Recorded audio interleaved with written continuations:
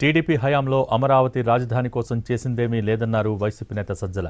YCP 3 రాజధానులు అనే కొత్త నినాదం తీసుకొచ్చిందని కౌంటర్ ఇచ్చారు మంత్రి పార్థసారథి.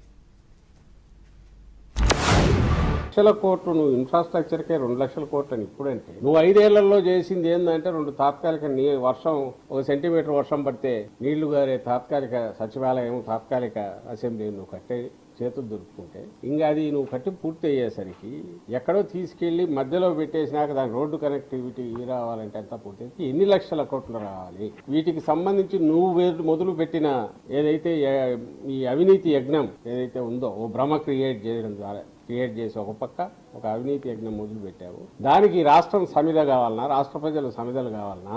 అమరావతి క్యాపిటల్ అమరావతికి 5 సంవత్సరాల్లో జరిగిన తంతు ఏమిటో, ఏ విధంగా రాజధాని లేని రాష్ట్రంగా ఏ విధంగా వెనకబడిపోయింది మనందరికి తెలిసిందే. మరి 2014-19 మధ్యలో అమరావతిని రాజధానిగా ఏర్పాటు చేసినా కూడా తర్వాత వచ్చిన ప్రభుత్వం రాజకీయ దుక్తతో కానివ్వండి, రాజకీయ కక్షతో కానివ్వండి, లేకపోతే ప్రాంతం మీద కక్షతో కానివ్వండి, డీసెంట్రలైజ్ పేరు మీద ఏపీసీఐడి యాక్ట్ ని రిపీల్ చేసి రాజధాని 3 రాజధానులు అనే కొత్త నినాదం తీసుకొచ్చి ఏ ఒక్క రాజధాని కూడా పూర్తి చేయకోకుండా పూర్తిగా రాష్ట్రాన్ని అన్యాయం చేసిన విషయం అందరికి తెలిసిందే.